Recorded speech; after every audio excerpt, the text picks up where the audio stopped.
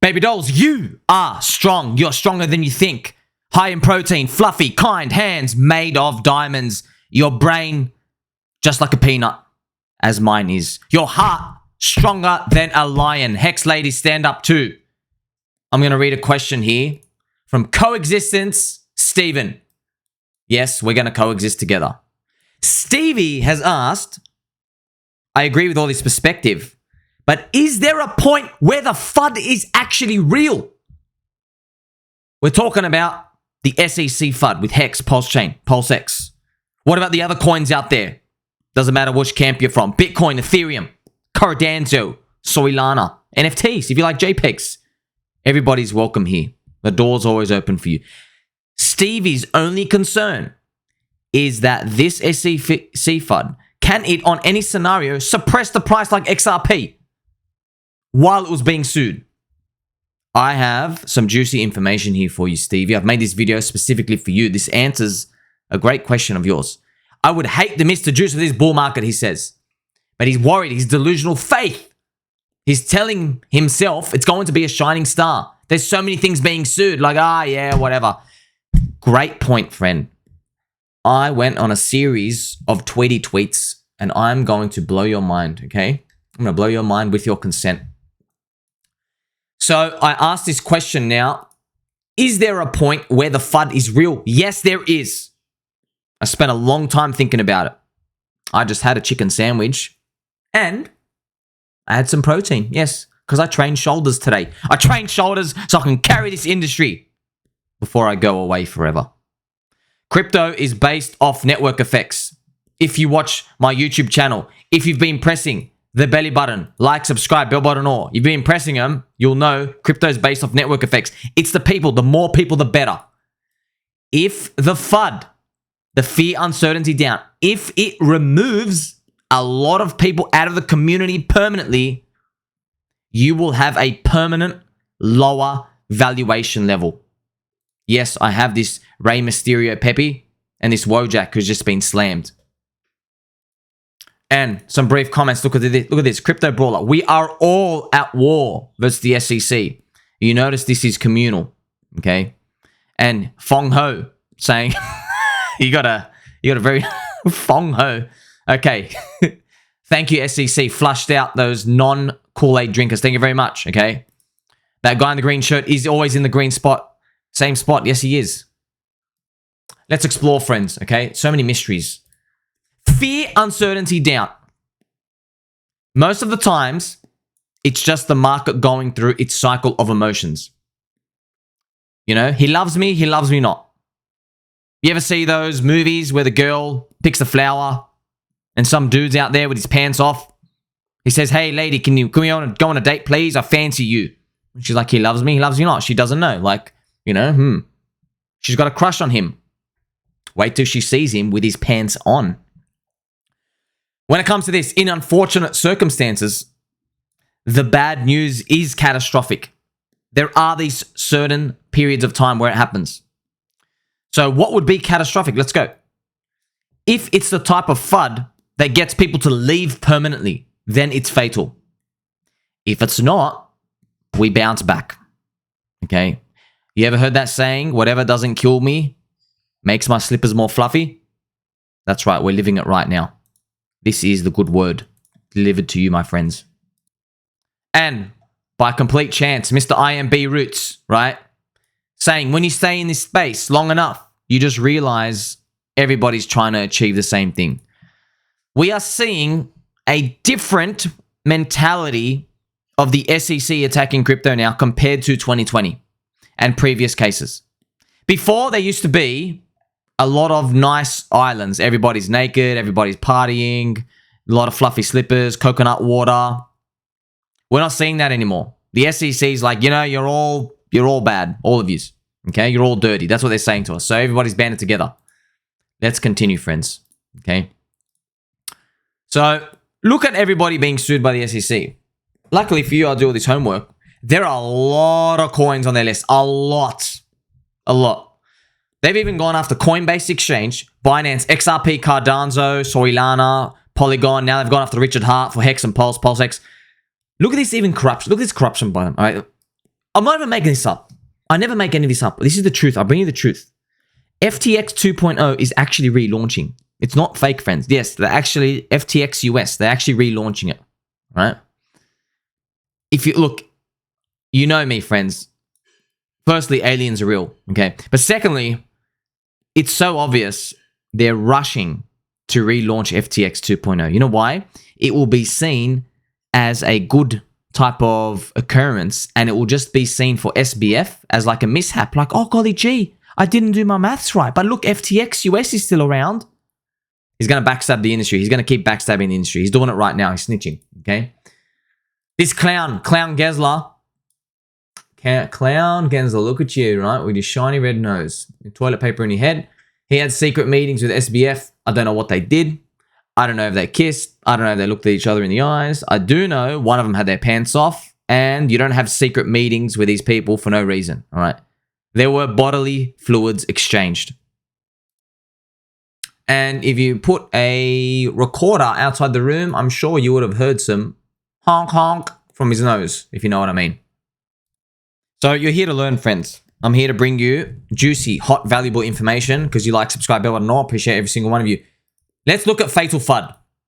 Is Richard Hart, PulseX, is this SEC and Uniswap, weird misgendering, child brainwashing type of agenda, weird stuff, is that going to affect us? No. Okay. I promise you, if it was affecting us, I'd be telling you right now. I'd be telling you like, everybody's leaving, etc. I would be telling you that. From the bottom of my heart, I would. Okay. I'm not scared to tell you. But I'm telling you right now, no one's leaving. I can see it. And I can smell it. Let's look at an example of when everybody left.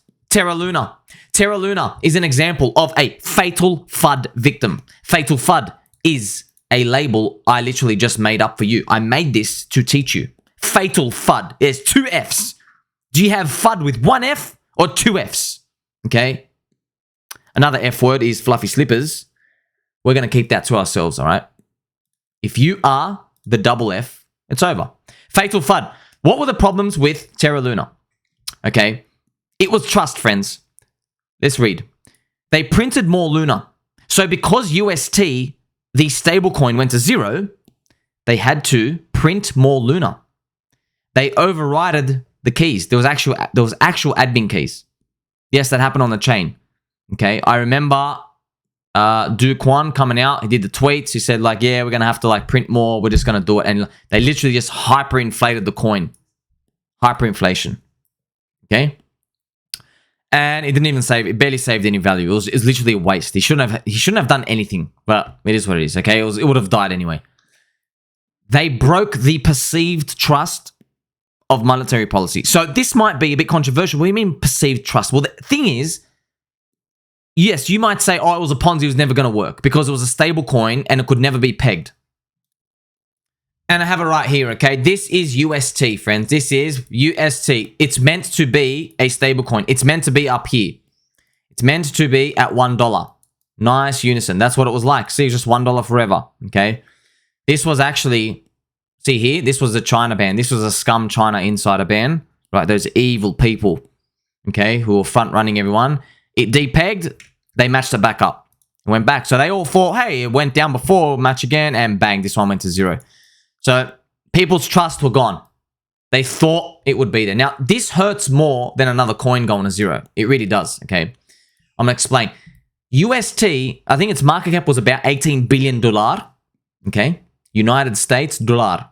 18 billion. So the market cap of Luna itself was 48 billion, but that's speculation mindshare. Okay. So I explain here further. Losing 18 billion in UST, that's unrecoverable. Because when you allocate money to a stable coin, you believe it's a stable coin. It's a special place in your heart. It really is. Okay. It's like you got 7 mistresses, but you got your wife, you know? If your mistress doesn't call you back for 5 days and she's gone out on a holiday, didn't tell you, different story, okay?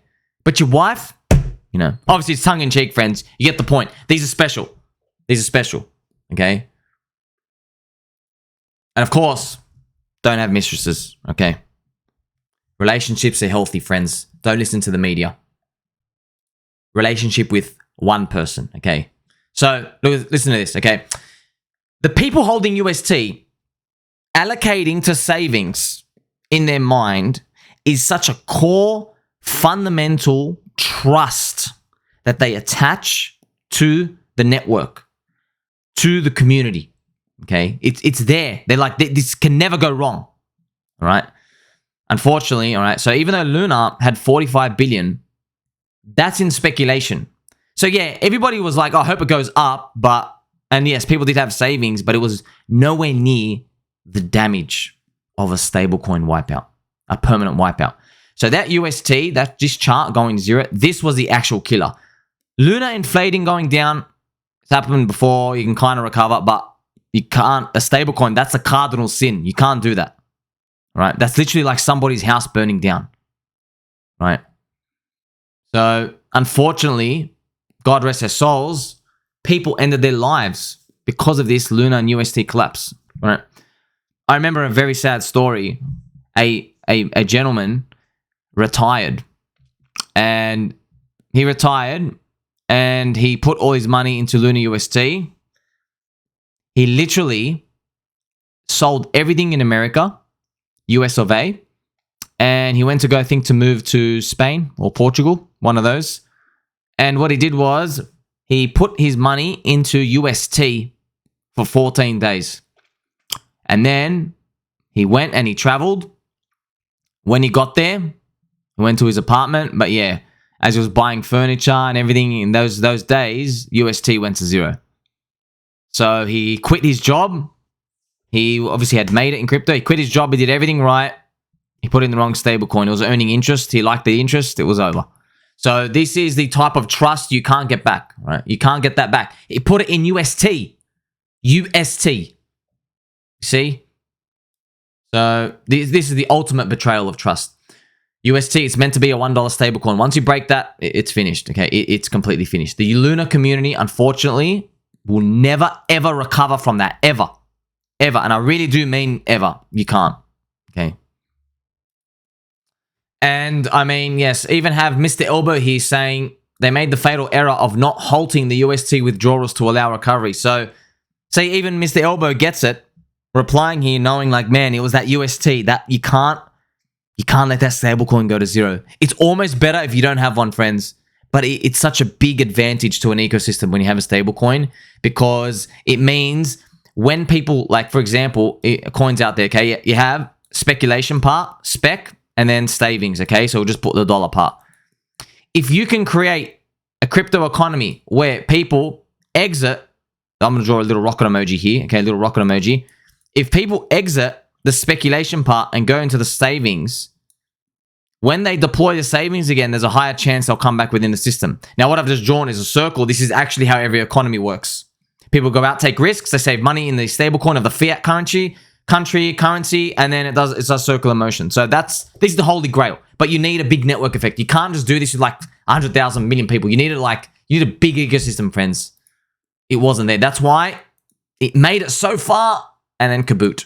Unfortunate. So that's Fatal Fud. So now I'm going to ask you, is the SEC Fud for Richard Hart going to be a fatal blow? Will it be a fatal blow? Fatal blow. No. Why? You're going to know why. The community's still here. Will HEX, PulseX, will they survive? Yep. And the reason is because the SEC Fud is not an issue of betrayal. There was no deception. No deception at all. Are you sitting here thinking to yourself, oh my God, I never knew that Richard wore Louis Vuitton. Like, you're not saying anything. And in fact, you can see it on the blockchain. There's still $620 million. There's no betrayal of trust. It's still there. Do you know what betrayal of trust would have been? If he tornado cashed all $600 million out and he went and bought a yacht. And then he just sunk the yacht. That's what betrayal of trust would have been. But hey, no expectations anyway. But that would have been a betrayal of trust. We're like, damn. But everyone's still in the game. Everyone's still in the game. It's us versus the SEC. It's all of us. They're checking all of crypto. PulseChain ecosystem players remain strong. The beautiful part is, friends, I'm just going to share with you. Ivan on tech. Sir Ivan of the technology. He is in, I think, a coin called like GameSwift. And they were in the Terra Luna ecosystem. They were part of the ecosystem. And what they've done is they're a gaming coin, gaming community. And he met the founder, I think, in person. And they left. One of the owners, he left the community. He's like, well, this thing's gone. We're just going to move elsewhere. Now, I forgot where exactly they're going to move. But do you see how the betrayal of trust was too great? No developer wants to come back and build there.